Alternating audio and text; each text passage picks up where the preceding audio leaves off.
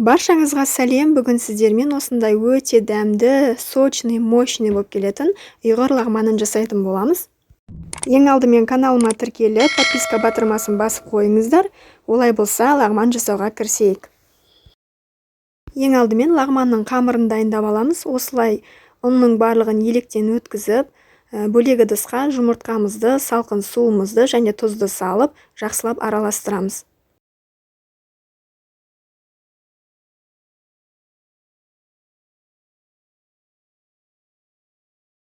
Оны ұнның үстіне құйып, біз тығыз қамыр илейміз. Біздің қамырымыз өте тығыз болады.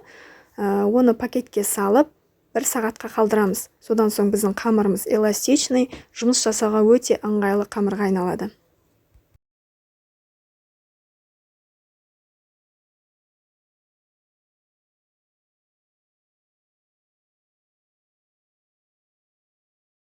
Бір сағаттан соң қамырды қайтадан алып, қайтара илеп шығамыз. Содан соң оны 20 минутқа тағы да қалдырамыз.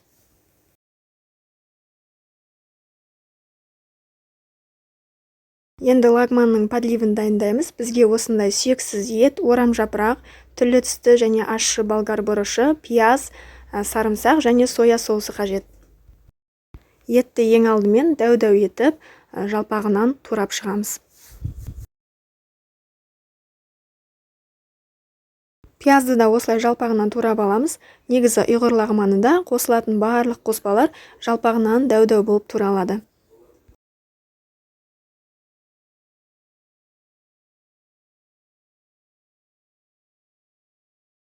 Біз қазір қамырымыз дайын болғанша етімізді маринадтап қоямыз. Оған соя соусын, сарымсақ және картоп крахмалын салып, осылай біріктіріп араластырамыз. Соя соусын көз мөлшерімен құя бересіздер. Бұл жерде маңыздысы етіміз осы соя соусына батып тұру керек. Енді қалған қосылатын қоспаларды да осылай дәу-дәу етіп турап дайындап аламыз.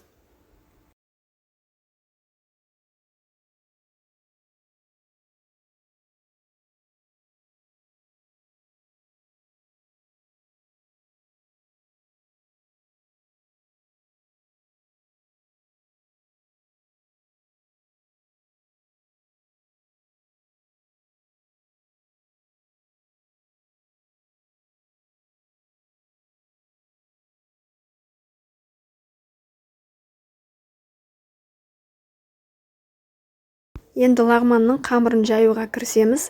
Осылай алып, домалақша етіп қолымызбен басып шығамыз.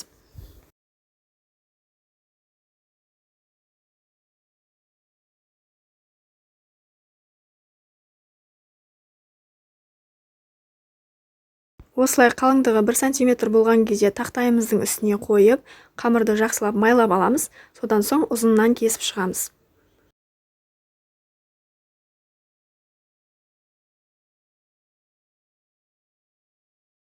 Қамырды осылай кесіп болғаннан кейін жартысын бір-бірінің үстіне қойып, қайтара майлап шығамыз.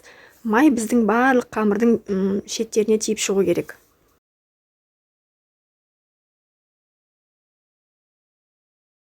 Енді оны пакетке салып, тағы да 10 минутқа қалдырамыз.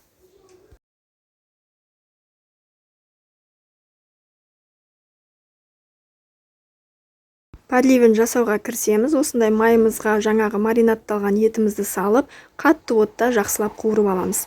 Біздің етіміз жұмсақ болу үшін 10 минуттай қуырылғаннан кейін үстіне 1 пиала су құйып бұқтырып аламыз.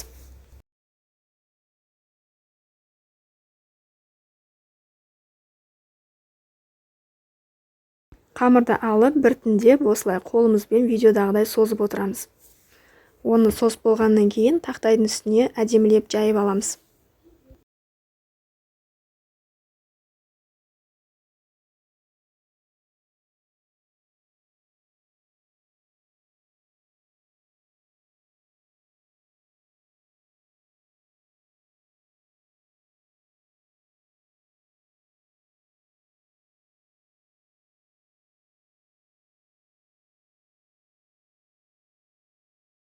Міне осылай жайылып болғаннан кейін енді біз соңғы шаг жіңішке етіп созуға кірісеміз.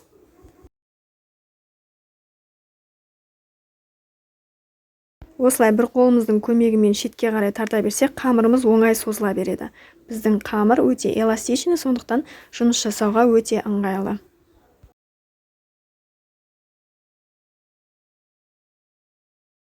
Қамыр суға салғанда ісінетін болғандықтан, өте жіңішке етіп созуға тырысыңыздар. Еттің суы тартылғаннан кейін, енді оттың астын қатты қойып, пиязды салып, тағы да жақсылап қуырамыз.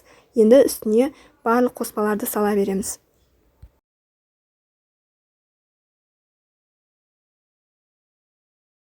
Бізде бастысы етіміз піссе болды. Қалған қоспаларды салғаннан кейін 2-3 минуттай қуырып аламыз.